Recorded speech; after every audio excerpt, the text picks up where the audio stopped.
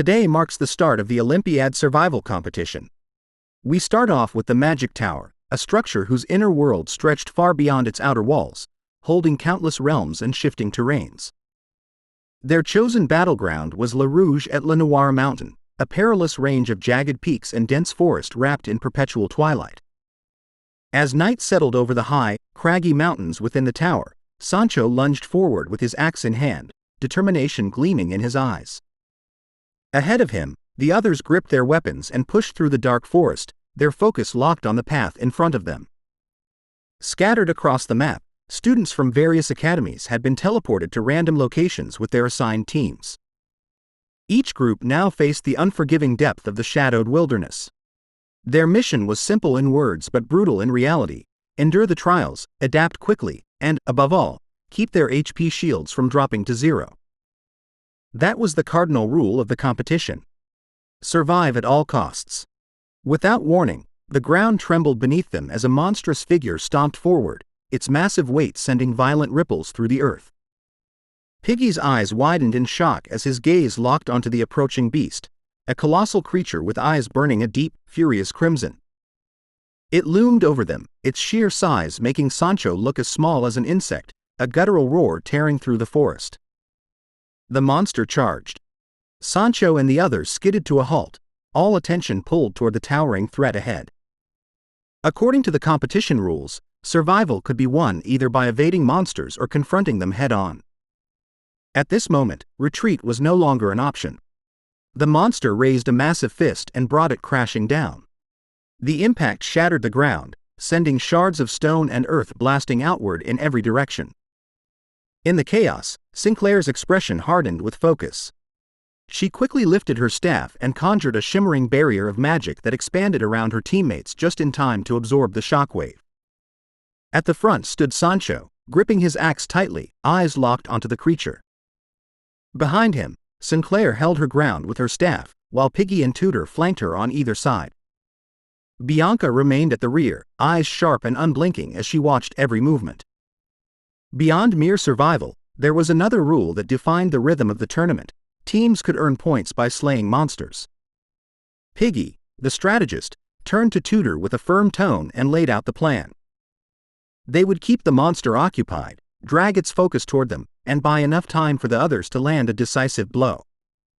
He then glanced at Sancho and instructed him that once his shield dropped, his first priority was to escort Sinclair and Bianca to safety. Tudor listened without a word, eyes narrowing as he read the battlefield and weighed every risk. With a sharp nod, he accepted the plan. Piggy then faced Bianca and Sinclair, asking them to target the monster's vital points while he and Tudor handled the distraction. Sinclair, clutching her magic staff, met Bianca's gaze. Both girls exchanged a silent nod, their expressions tightening with resolve. The beast, now fully enraged, unleashed another thunderous roar. It pounded its fists into the earth and charged again, crimson eyes blazing like coals. Without hesitation, Piggy and the others surged forward, sprinting to meet the incoming threat. Determination burned in their eyes. They were no longer content with just surviving. They intended to bring the monster down. The beast lunged with all its might, slamming its massive fists into the ground in a violent roar. Tudor leapt into the air at the last second, narrowly avoiding the crushing blow as the creature's strike shattered the rocks beneath him. Just moments before impact, Piggy dropped low and rolled aside, his face tight with tension as the ground exploded around him. Infuriated, the monster unleashed a wild barrage of strikes, pounding the earth with relentless force. Shards of stone and debris tore free and flew in every direction. Amid the chaos, Sinclair raised her hands and cast a strengthening spell on Bianca, a soft glow wrapping around the archer like a second skin. Bianca rose with calm precision, eyes narrowing as she leveled her bow at the raging creature. Sancho stepped in front of her, shield raised and ready, prepared to intercept any counterattack. Seconds stretched thin. Bianca still hadn't released the arrow. Tudor, now at her side, furrowed his brow in confusion. What was she waiting for? Sinclair gripped her staff tighter, closing her eyes as she channeled her mana. A surge of magical energy poured into Bianca's arrow, the air around it shimmering and bending. Bianca's eyes began to glow as she poured everything she had into the shot. "I'm almost ready," she murmured. Then she let go. The arrow tore through the air like a streak of light and struck the monster with pinpoint precision. It drove deep into its body, cutting through flesh and bone with unnatural ease. The beast faltered, then collapsed with a thunderous crash, the forest shuddering beneath the weight of its fall. Piggy spun around, his eyes widening with a mix of shock and alarm. The fallen beast had landed dangerously close. Tudor, still watching the monster's corpse, couldn't shake the suspicion that Bianca had delayed her shot on purpose. Hands on her hips and a smug look on her face, Bianca tilted her head. "Honestly, I shouldn't have bothered saving you," she scoffed. "Maybe I should have waited even longer." Before her arrogance could linger, a panicked voice cut through the moment. "Run!" Bianca blinked, momentarily thrown off, one eye opening in confusion, unsure of what had just shifted. Ahead of her, Sancho and Sinclair were staring forward, their eyes wide with fear. "Move! Get out of there!" they shouted in unison. Tudor and Piggy turned toward their frantic teammates, puzzled, until the rising heat caught up with them. A roar split the air as a wave of blazing fire surged toward them from beyond the trees. They hadn't noticed it before, but now it was far too close to ignore. A massive explosion followed as the wall of fire slammed into the area, sending trees and debris hurtling through the air. At the center of the devastation stood the one responsible, his hands still outstretched, flames coiling around his body like a living aura. His eyes burned with open contempt as he sneered, "Insects. All of you from Colossal Academy." It was none other than the notorious arrogant Smarty Pants. Another way to earn points in this survival competition was by eliminating rival teams, and he clearly intended to take full advantage of that rule. Wreathed in fire, he spoke with cold disdain, his voice echoing with arrogant superiority. The fact that students from Colossal dare to stand above those from the magic tower in the hierarchy, laughable. His HP currently sat at 83. And in this brutal tournament, prey wasn't limited to monsters. People counted, too. Granola trudged through the dense forest, his HP sitting at 77. Exhaustion clung to his body, sweat trailing down his face as he wiped it away with the back of his hand. His breath came out ragged, and every step felt heavier than the last. He cursed inwardly, furious that his stamina was draining so quickly from just walking. The forest felt surreal, less like real terrain and more like something pulled straight out of a nightmare. He couldn't tell if this place was part of the real world or something conjured from madness. He glanced around and scowled, wondering where the hell the others had gone.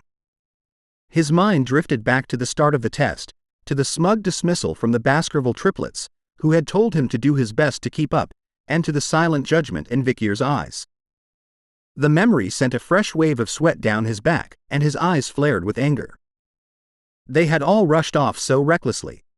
Now, Granola couldn't help but wonder if they'd already been eliminated and sent back to the waiting room, or if they were simply that far ahead. His thoughts slipped back to the train.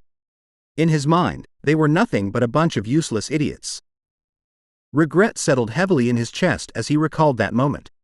If only he hadn't let his guard down, he could have put those guys in their place once and for all. Suddenly, a strange aroma wafted through the air, cutting across his thoughts and catching Granola's attention mid-step. He stopped, sniffing. His cheeks flushed slightly, and a low grumble rolled from his stomach. The scent was unmistakable, fresh, hot food. His mouth began to water instinctively. Wiping his lips with the back of his hand, he grinned and started moving toward the source, his pace quickening. Giving off the smell of food in the middle of this hellish forest was as good as waving a flag that said, "I'm right here. Come and get me." Reinvigorated by the promise of a meal, Granola pushed forward with renewed energy. His grin widened as he muttered to himself that he'd paralyze whoever it was with his poison magic and take their food for himself. Not long after, in the distance, Granola spotted the warm flicker of a campfire. His eyes lit up. He was sure he'd stumbled upon an easy meal. But as he crept closer, something felt off. No one was sitting around the flames. The fire crackled alone. Before he could process the odd silence, his shin brushed against something thin and taut, a trap wire. He barely had time to react. The rope snapped tight around his ankle and yanked him into the air, flipping him upside down. Panic surged through him as he flailed and screamed in horror, his voice echoing through the trees. Dangling helplessly, he shouted at whoever had set the trap, demanding to be let down immediately. From the shadows, a figure stepped into the firelight, an archer, calm and curious, clearly surprised that someone had actually walked into their trap. Granola's gaze locked onto the stranger, and his eyes went wide with shock, his breath catching as recognition, or something close to it, hit him. The ones who had set the trap were none other than Vikir and the Baskerville triplets. Granola's panicked expression shifted into one of cautious relief when he realized it was his own teammates. Vikir's HP remained at a perfect 100, while the triplets displayed 95, 96, and 97, respectively. With hands on their hips and unimpressed expressions, the triplets stared at Granola as if he were a fool, the so-called strategist, caught by their most basic trap. It was humiliating. They returned to their spots around the fire. The triplets remained silent, their gazes cool and unreadable. Granola forced a smile and took a seat beside Vikir, though he could already feel the tension settling around him. His presence alone seemed to thicken the air with awkwardness. They began roasting meat over the bonfire, the scent wafting through the air and twisting his empty stomach. Granola's eyes drifted toward the nearby tent, and surprise flooded his mind.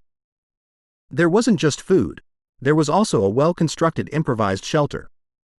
He couldn't help but wonder who among them was capable of pulling all this off. The triplets turned their gaze on him and muttered that it had all been Vikir's work. The other two nodded, their expressions tinged with reluctant curiosity. Granola blinked, pointing incredulously at Vikir. He asked if a commoner had really done all of this, as if the idea were too ridiculous to believe. He scoffed quietly, rejecting the thought. In his mind, someone like Vikir, a nobody, shouldn't have been able to manage something so well planned. The triplets stared at him down, their eyes beginning to gleam with restrained fury. Flustered, Granola raised both hands and hurriedly explained that he was just curious. He insisted that he only wanted to know how Vikir had managed to do all this. The scent of roasting meat wafted under his nose, making his stomach growl. His jaw tightened in frustration. Why, he thought bitterly, should someone from one of the 7 great families have to tiptoe around the opinion of some damned commoner? And worse, he couldn't shake the feeling that the Baskerville triplets were actually covering for him. He placed a hand over his stomach as it made a loud hungry noise. Vikir and the others watched him quietly. One triplet suddenly burst into laughter at his pitiful state, and Granola's humiliation deepened. His face flushed with anger. He felt so ashamed he could die. Then, without a word, Vikir held out a piece of meat toward him. Calmly, he mentioned that they had originally roasted it to lure monsters, but since they were already full, Granola could have some if he wanted. Granola's eyes widened, the smell flooding his senses, and his mouth watered uncontrollably. Hesitating for only a moment, he reached out slowly for the food, his voice tinged with confusion as he asked why Vikir was being generous with him at all. Vikir's eyes glinted with subtle malice, and a slow, knowing smile curved across his lips. He said he was being generous because Granola was, after all, the team leader. Granola blinked, confused.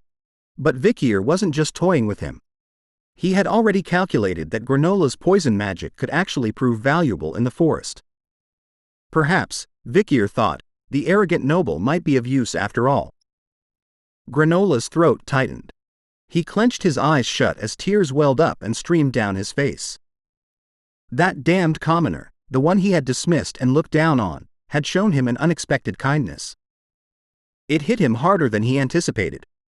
Maybe Vikir wasn't so lowly after all. Without another word, he took the roasted meat with trembling hands and began to eat through his tears. His HP climbed from 77 to 90. Vikir and the triplets remained quiet, watching him in stunned silence. Who would have guessed? Granola was a softie. Later, a sharp whistle sliced through the air. An arrow, flying fast and laced with poison, embedded itself in the leg of a fleeing monster. Vikir lowered his bow with steady precision. At his side, Granola stood firm, arms extended and eyes burning with focus as he cast his poison magic. The Baskerville triplets launched forward with gleaming eyes, blood pounding with excitement. The monster, a bear-like beast with jagged steel horns, turned, bellowing in fury. But it was too late. The triplets were already on it, slashing and striking in coordinated bursts. Wounded and overwhelmed, the creature crashed to the ground moments later, lifeless. Vikir calmly stated that they had already hunted 30 beasts. The triplets grinned, clearly pleased. This was proving easier than expected. Granola stood behind Vikir, stunned into silence by their seamless coordination. Vikir glanced toward the triplets and mentioned that if they truly wanted to break into the top 10, they'd need to hunt even more. Granola couldn't take his eyes off Vikir. His mind churned with questions. Why was Vikir focusing on monsters when everyone knew that hunting other students awarded more points? As if lost in thought, Vikir tilted his head back and stared up at the night sky, his expression unreadable. Granola's curiosity deepened. Whatever Vikir was planning was something he couldn't quite grasp, and that unsettled him more than he cared to admit. One lens of Vikir's glasses caught the glint of the stars above, hiding one eye beneath a mirrored reflection of the night. The feeling was unmistakable, familiar. The survival scores, the monster hunts, the methodical elimination of others for points. He had seen it all before. It was just like the trials in Baskerville. Back then, he had kept to the shadows, tracked the monsters silently, and taken first place while avoiding everyone's eyes. This exam location makes him feel like he was back at home. But ever since entering Le Rouge at Le Noir Mountain within the Magic Tower, something had been gnawing at him, a dull, persistent anxiety. His spidey senses as a swordmaster were warning him. Something wasn't right.